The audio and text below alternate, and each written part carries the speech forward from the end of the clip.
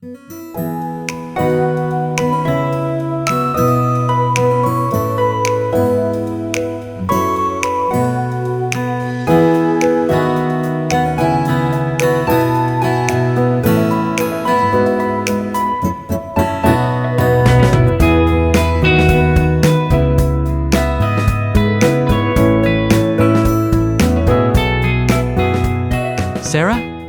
tell me you've ever noticed how people in London pronounce goat differently depending on who you're talking to?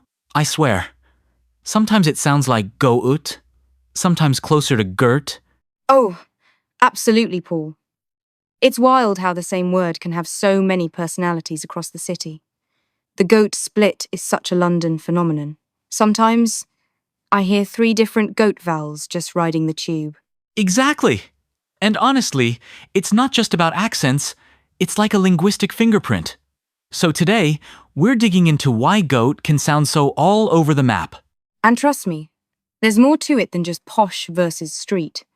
The goat split has a whole history tangled up in London's identity. Okay, let's break it down, Sarah. Goat, split, sounds a bit barnyard. But it's really about the vowel in words like goat, show, and home. Exactly. Linguists use goat as a label for that vowel, but in London especially, it's split into 2 main types, one more monophthongal, one with a noticeable glide. Think of go-ut versus gout. That's what I love, one tiny vowel, huge cultural signal. If you're in North London, the goat split often jumps out, but in the West End, it might be smoothed over. It's a subtle marker, but it can tell you so much about where a person grew up or who they hang out with. So, let's set a baseline. How would someone with full-on received pronunciation say goat compared to a Londoner in the East End? RP is all about that smooth, rounded diphthong, something like goat. It's like the sound is gliding, not stopping short. Yeah, it's super polished. RP wants clarity and distance, like you're narrating a nature documentary. But what's funny is, in London, you get all these creative riffs on that RP standard. It's almost like each borough remixes goat to its own beat. That actually reminds me Cockney has its own signature twist on goat, right? It's got this flattened, mouth-forward vibe. Totally. Traditional Cockney can sound more like gute or even gert, that vowel almost flattens out. Sometimes it's so distinctive, you can spot it instantly in old movies. It's got real character. I always picture a barrow boy shouting in a market that assertive, snappy goat. Same. It's not just nostalgia either. Even now you'll hear that Cockney goat pop up, sometimes mixed in with younger Londoners' speech too. Funny you say that, because if you listen to Multicultural London English, the goat sound takes on a whole new flavor. Right, and it's often tighter, more centralized, almost like goat with barely a diphthong. That's from the mix of influences Caribbean, South Asian, African speech patterns layered onto London English. And it's evolving all the time. You'll hear teenagers in Hackney use a completely different goat than their parents.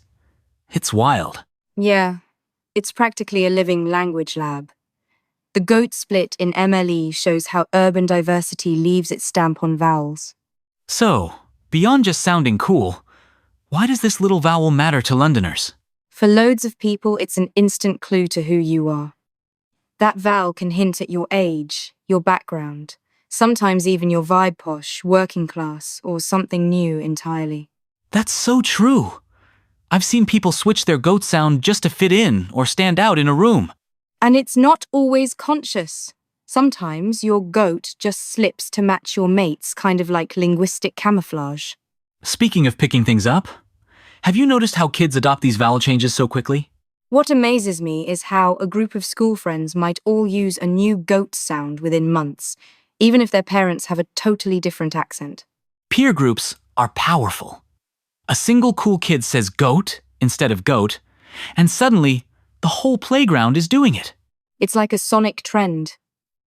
Language is just as viral as fashion, especially with vowels that stand out. And you know what's extra interesting? TV and social media are turbocharging these shifts. You hear a new goat on YouTube, and suddenly, it's everywhere. Yeah. I remember when reality TV stars from Essex started saying Gert, and suddenly it was echoing in schools miles away. The media almost acts like a megaphone for local vowels. It's wild how fast these changes bounce around now. You don't have to live in Hackney to sound like it anymore. And the feedback loop is constant. As soon as a new sound gets big online, people either grab it or push back to stand out. Switching gears a bit. Have you ever tried actually recording Londoners' goat vowels for research? It's addictive. I have. It's like collecting rare birds.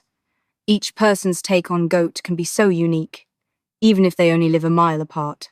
And mapping those differences shows how alive language is.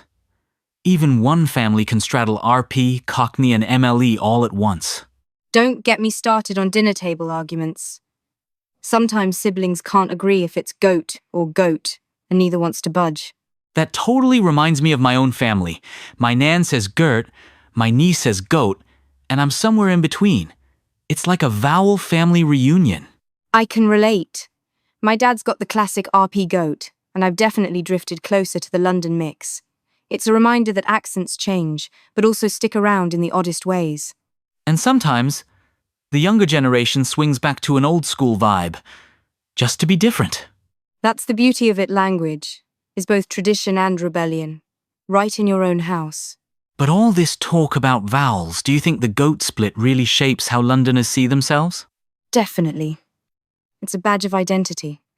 Whether you lean into Cockney, RP, or MLE, the way you say goat can be a quiet shout out to your crew or your roots.